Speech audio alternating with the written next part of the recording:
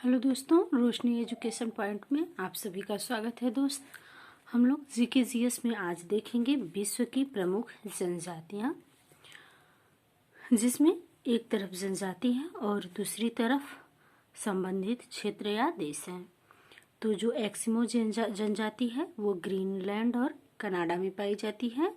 Kyrgyz जनजाति जो है वो मध्य एशिया में पाई जाती है। माओरी जनजाति न्यूजीलैंड में पाई जाती है। मसाई जनजाति जो है वो पूर्वी अफ्रीका में पाई जाती है और केनिया में। वेदास जनजाति जो है वो श्रीलंका में पाई जाती है। निग्रो जनजाति जो है वो मध्य अफ्रीका में पाई जाती है।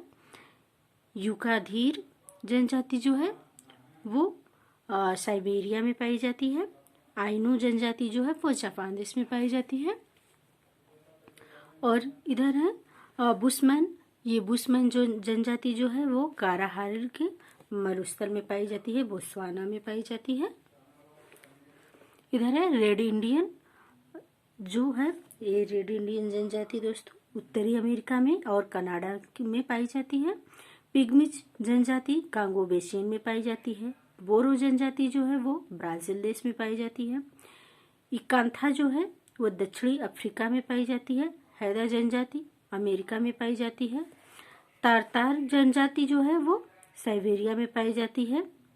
और बद्दू जनजाति अरब सागर में पाई जाती है और ये अरब देश की तरफ पाई जाती है।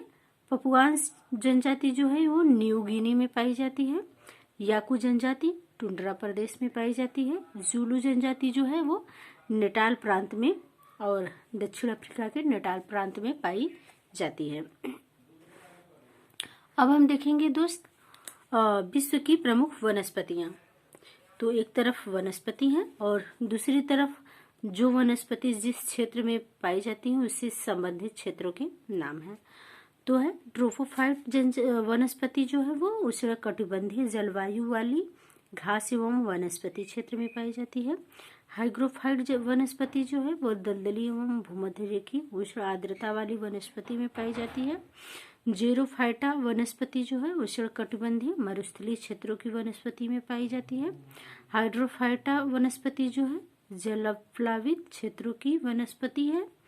और मेसोफाइटा जो है ये जल प्लावित क्षेत्रों की मेसोफाइटा वनस्पति शीतोष्ण कटिबंधीय क्षेत्र की वनस्पति है। और क्रायोफाइटा टुंड्रा एवं शीत प्रधान क्षेत्रों की वनस्पति है। हेलोफाइटा वनस्पति जो है वो नमकीन क्षेत्रों में पाई जाने वाली वनस्पति है। लियोफाइट ये कड़ी चट्टानों में उगने वाली वनस्पति है। इसके जो आगे का टॉपिक है वो है कबीलाई मानवों के कुछ प्रमुख आवास। तो आल मानव जो है यह यूरोप के काकेकस पर्वतीय एवं मरुस्थलीय क्षेत्रों में पाई जाने वाली मानव प्रजाति का तंबूनुमा आवास है।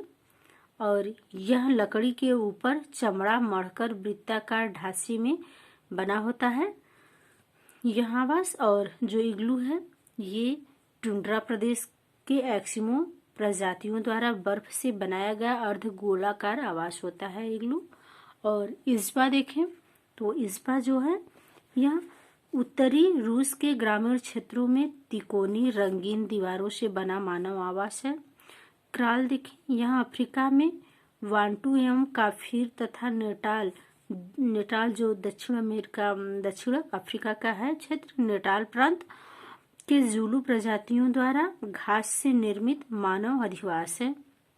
और तीपी देखें तो ये जो तीपी है यहाँ राकी पर्वत अमेरिका के पूर्वी भागों में निवास करने वाले रेडी इंडियनों द्वारा निर्मित तब्बू के आकार का आवास है जो मुख्यतः विसन बैल के चमड़े से बनाया जाता है। और यूर्त देखें तो यह मध्य एशिया के स्टेपी क्षेत्र के निवासियों किर्गिज कालमुख एवं कजाक द्वारा पशुओं की खालों से निर्मित अस्थायी मानव आवास है यूर्त। दोस्तों अब हम आगे देखेंगे, आगे का जो टॉपिक है हमारा वो है विश्व के प्रमुख भौगोलिक उपनाम। तो एक तरफ उपनाम है और दूसरी तरफ शहर हैं। प्रमुख। और जैसे 7 पहाड़ियों का नगर किसे कहा जाता है, तो रोम को कहा जाता है, यहाँ इटली में है। पोप का शहर रोम को कहा जाता है। रक्त वर्ण महिला रोम में को कहा जाता है। प्राचीन विश्व की सामग्री इसे भी रोम को कहा जाता है। पश्चिम का बेबीलोन रोम को कहा जाता है। इटर्नल सिटी या होली सिटी रोम को कहा जाता है। एंटीलीज का मोती क्यूबा को कहा जाता है। Sugar bowl of the world Cuba को कहा जाता है। गगनचुंबी इमारतों का नगर न्यूयॉर्क को कहा जाता है, जो यूएसए में है। और पर्ल ऑफ द ओरिएंट ये सिंगापुर को कहा जाता है। क्वेकर सिटी जो है वो फिलाडेल्फिया को कहा जाता है। और हवा वाला शहर या गार्डन सिटी शिकागो को कहा जाता है, यहाँ यूएसए में है। इसके बाद है चीन का शोक। तो चीन का शोक होंगहो नदी को कहा जाता है। होंगहो नदी को पीली नदी भी कहा जाता है। और निरंतर बहने वाले झरनों का शहर क्योटो को कहा जाता है, या इक्वाडोर में है। हार्मिट किंगडम किसे कहा जाता है, तो कोरिया को कहा जाता है।